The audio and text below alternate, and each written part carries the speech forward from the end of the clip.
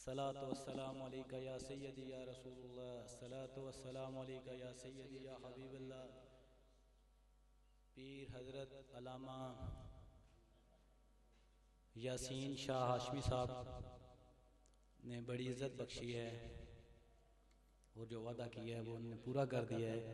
मैं तमाम उलमाए कराम का तहे दिल से शुक्रिया अदा करता हूँ जिन्होंने अपना कीमती वक्त निकाल कर इतनी देर यहाँ हजूर की महफिल में तशरीफ़ फरमाएँ और उन्हीं की यहाँ बैठने से जो रौनक इस महफिल को बख्शी है मैं वो शुक्रिया अदा नहीं कर सकता हूँ। और जो आप लोग भी बैठे हैं माशाल्लाह मगरिब से लेके अभी तक और हर माहाना महफिल पे बहुत खूबसूरत अंदाज से यहाँ तशरीफ़ लाते हैं, आप लोगों को मैं शुक्रिया अदा करता हूँ। मुहर्रम शरीफ की महफिल है, इसका टाइम मैंने मुकर्रर नहीं किया था दुआ का, क्योंकि ये बड़ी महफिल होती है, बबरकत महफिल होती है। इमाम अली मकाम के सदक़े ही हमें सब कुछ मिलता है, तो टाइम मुकर्रर करना मुनासिब नहीं समझा। इसी तरह रबीउल अव्वल शरीफ की महफिल जो होगी उसका भी टाइम मुकर्रर नहीं होगा, जो भी हजूर को मंजूर होगा वही हमारे लिए बेहतर होगा। तमाम हज़रात से हाजी खालिद साहब आज ही का दिन था, तो मैंने उन्हें फ़ोन किया था, आपको पता ही है, तो वो कह रहे थे मैंने तशरीफ़ लानी है जनाब, महफिल पे हॉस्पिटल में हूँ, लेकिन वो ख़ुद तो चल के ना आए, लेकिन उनका जस्ते खाकी एम्बुलेंस में से यहाँ से गुज़रा था। हम अल्ताफ़ शाह साहब पढ़ रहे थे, उसके बाद भी यहाँ से पढ़ के तमाम हज़रात वहाँ गए। माशाल्लाह जिस तरह उन्हें इज़्ज़त बख्शी की, वो मेरा ख्याल है हर एक की ख्वाहिश होगी कि हम भी यहाँ से रुखसत हों जब दुनिया से, तो इसी तरह हमारी भी जो बारात है, इसको बारात कहते हैं, महफिल समा हो, हजूर की सनाखानी हो, जस्ते खाकी कब्र में उतारा जा रहा हो। तो हाजी जनाब खालिद साहब के लिए भी आप सब ने दुआ करनी है।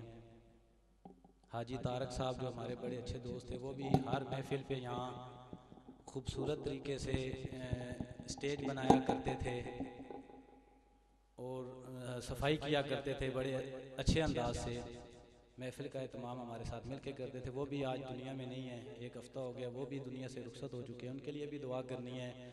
इसी तरह हाजी शफीक साहब जो वो भी दुनिया में नहीं है, वो भी बड़ी मोहब्बत वाले थे। और जितने भी दोस्त अहबाब हैं हमारे अजीज़ हैं, चौधरी औरंगज़ेब साहब, वो भी दुनिया से वफ़ात पा चुके हैं, उनके लिए भी दुआ करनी है।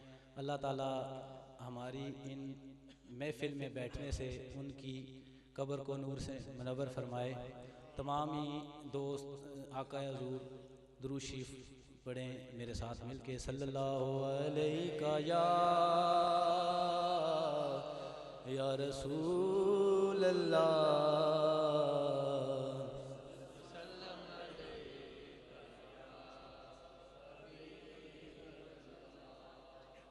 नात शरीफ शुरू करने से पहले मैं अपने पीर और मुर्शद का जिक्र करना ज़रूरी समझता हूँ, जिन्होंने मुझे बोलना सिखाया। ना मैं इससे पहले मैक पे बोल सकता था, ना मेरी इतनी समात थी कि मैं बोलूँ, समझूँ, सुनूँ। जब से मैं ईदगाह शरीफ में गया हूँ, मदीना मनव्वरा मैंने देखा है, मस्जिद नबवी, गुंबद खिज़रा को देखा है, वहाँ जाके एक बार नहीं बार बार जाके देखा है। ये मेरे पीर मुर्शद की खुसूसी नज़र करम है कि आज ये जो महफिलें हो रही हैं ये आपकी मेहरबानी और शफ़क़त से ही हो रही हैं, नहीं तो इससे पहले मुझे कुछ इल्म नहीं था, जाता था लेकिन इल्म नहीं था।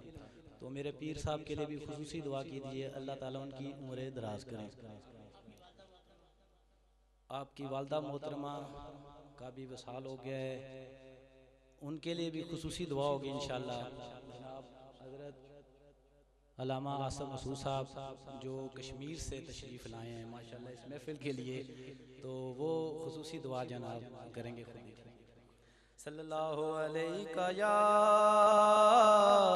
रसूल अल्लाह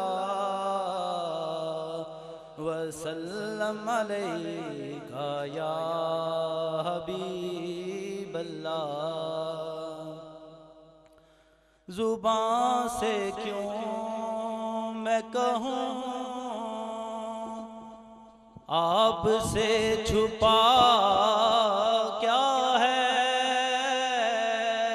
जुबान से क्यों मैं कहूँ आपसे छुपा क्या है। आप जानते हैं मेरे दिल का माजरा क्या है, जुबान से क्यों मैं कहूँ। मैं लेके आ गया हूँ तुझे आप के कूचे में, मैं लेके आ गया हूँ तुझे आप के कूचे में। है मेरे दिल तू बता और मांगता क्या है मेरे दिल तू बता और मांगता क्या है मेरे दिल तू बता और मांगता क्या है। ओ सुना